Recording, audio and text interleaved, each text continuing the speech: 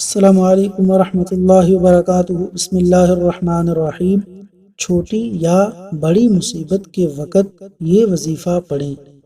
چھوٹی یا بڑی مصیبت کے وقت یہ وظیفہ پڑھیں تو وہ مصیبت دور ہو جاتی ہے۔ رسول اللہ صلی اللہ علیہ وسلم کا فرمان ہے، ہر ناخوشگوار موقع پر یہ پڑھا کرو، اِنَّا لِلَّهِ وَإِنَّا إِلَيْهِ رَاجِعُونَ، اِنَّا لِلَّهِ وَإِنَّا إِلَيْهِ رَاجِعُونَ، حتیٰ کہ جوتی کا تسمہ ٹوٹنے یا گم ہونے پر بھی، کیونکہ یہ بھی مصائب میں سے ہے۔ شعب الایمان، جلد 1، پیج 1717۔ اللہ تبارک و تعالیٰ عمل کی توفیق عطا فرمائے۔